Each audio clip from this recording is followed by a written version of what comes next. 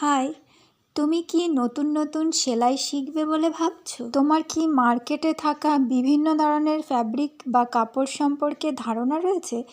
যদি না থাকে তাহলে চ্যানেলে গিয়ে এই সংক্রান্ত ফুল ভিডিওটি তুমি দেখে নিতে পারবে। সেই ভিডিওতে আমি বলে দিয়েছি তুমি যদি স্টিচিং স্টার্ট করতে চাও তাহলে তোমাকে কোন কাপড়টি দিয়ে শুরু করতে হবে এবং কোন কাপড়টি অ্যাভয়েড করা উচিত। অর্থাৎ নতুন সেলাইয়ের ক্ষেত্রে কোন ধরনের কাপড় তোমার চুজ করা উচিত, যার ফলে তুমি কোনো ধরনের প্রবলেম ছাড়াই স্টিচিংয়ের কাজটি স্মুথলি করে নিতে পারো।